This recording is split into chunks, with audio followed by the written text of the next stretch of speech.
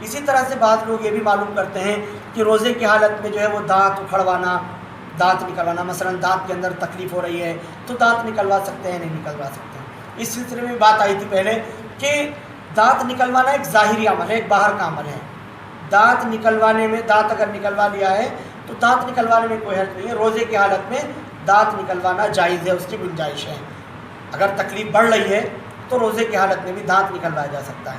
البتہ یہ خاص خیال رہے کہ اس کی بنا پر جو رال نکلتی ہے یا جو خون وغیرہ نکل رہا ہے وہ حلق میں نہ جائے، وہ نہ نکلے، بلکہ اس کو باہر تھوکتا رہے۔ عام طور سے جب آپ دانت نکلوانے کے لیے جاتے ہیں تو ڈاکٹر بھی یہی کہتے ہیں، اس کو نکلنے کا تو ویسے بھی نہیں کوئی مسئلہ ہوتا ہے، اس کو باہر ہی تھوکنا ہوتا ہے، تو اس کو تھوک دیں۔ تو بہرحال روزے کی حالت میں خلال اگر کر رہے ہیں تو خلال وغیرہ بھی کر سکتے ہیں۔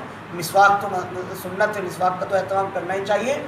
اور روزے کی حالت میں دانت اکھڑوانے میں، دانت نکلوانے میں کوئی حرج نہیں ہے، بلا کراہت دانت نکلوایا جا سکتا ہے، اس کی شرعاً گنجائش ہے۔